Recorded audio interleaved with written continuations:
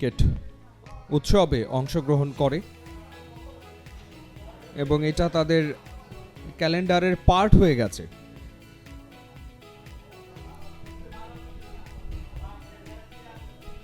Bankers যারা রয়েছে তাদের সত্যিকার অর্থেই কিছুটা নির্ভর হওয়ার এক মঞ্চ এই টুর্নামেন্টটা, অর্থাৎ সারা বছর ধরে কর্মব্যস্ত জীবন পার করার পর তারা বিনোদন খুঁজে পান এই টুর্নামেন্টটায়। একই সাথে সমুদ্র দর্শনের পাশাপাশি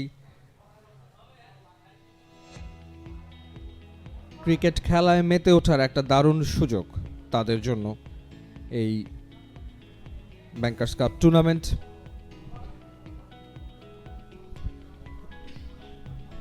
যেমনটা বলছিলাম যে প্রথম 5 ওভারে রান তুলতে না পারলেও পরের যে 5টা ওভার, সেই 5টা ওভারে ঢাকা ব্যাংক 71 রান সংগ্রহ করে।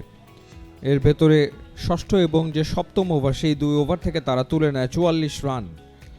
সো ওই সময় তারা একটা মোমেন্টাম তৈরি করে নেয়। তুষার দারুণ ব্যাটিং করেছেন, দারুণ সব শটস খেলেছেন,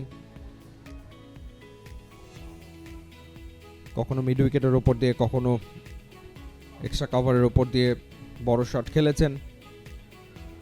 পক্ষান্তরে স্ট্যান্ডার্ড চার্টার্ড ব্যাংকের শুরুটা কিন্তু একেবারে মন্দ হয়নি। প্রথম 2টো ওভার তারা বেশ ভালো ক্রিকেট খেলেছিল এবং তখন মনে হচ্ছিল যে স্ট্যান্ডার্ড চার্টার্ড ব্যাংক একটা প্ল্যান নিয়ে মাঠে নেমেছে, উইকেটগুলো ধরে রেখে তারা দেখে শুনে খেলছিল। প্রথম 2 ওভারে বেশ কিছু সুন্দর গ্লোরিয়াস স্ট্রোক প্লে আমরা দেখেছি, কিন্তু তারপরেই আসলে ছন্দপতন হয় এবং তারপর থেকেই তারা আসলে উইকেট হারাতে শুরু করে। রানের গতিটাও অনেক স্লো হয়ে যায় ওই সময়টাতে, যখন তারা ব্যাক টু ব্যাক 2টো উইকেট হারিয়ে ফেলে। এরপরে তারা আসলে আর রিদমটা খুঁজে পায়নি, যে কারণে রানটা আর তারা করতে পারেনি। 111 রান আসলে তারা করতে নেমেছিল এবং বিলো 100 তাদের ইনিংস শেষ হয়েছে। 6টা উইকেট তারা হারিয়েছে।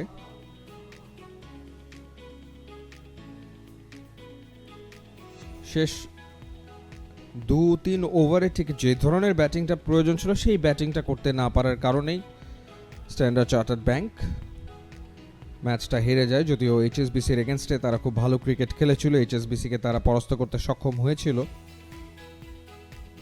কিন্তু ঢাকা ব্যাংকের এগেনস্টে তারা আর পেরে ওঠেনি। তাদের ইনিংস থেমে যায় 96 রানে 6 উইকেট হারিয়ে,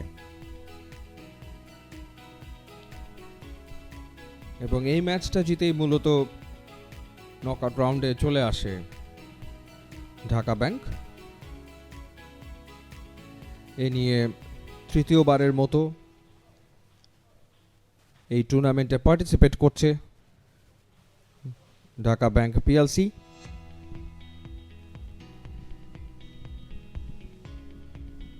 এবং নেক্সট ম্যাচে তারা মোকাবেলা করবে টুর্নামেন্টের সবচেয়ে সফল টিম,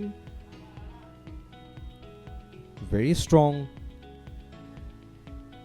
সিটি ব্যাংকের।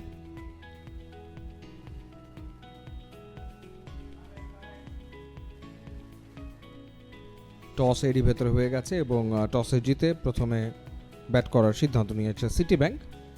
So back to back match খেলতে হবে ঢাকা ব্যাংকে, যেটা তাদের জন্য একটা চ্যালেঞ্জ। সো লেটস সি সেই চ্যালেঞ্জ তারা মোকাবেলা করে উঠতে পারে কিনা।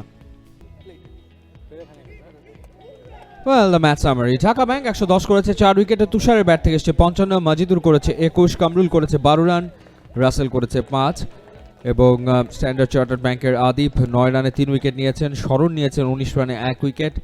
স্ট্যান্ডার্ড চার্টার্ড ব্যাংক তারা 93 করতে পেরেছে 6 উইকেটে। ইমনের ব্যাট থেকে এসছে 29, নিশান করেছে 18, শরণ করেছে 11, মাহমিদুল 17 রানে 2 উইকেট নিয়েছে ঢাকার পক্ষে, রাশিদ নিয়েছে 22 রানে 2 উইকেট, রায়হান নিয়েছে 17 রানে 1 wicket. And Dhaka Bank won the match by 17 runs.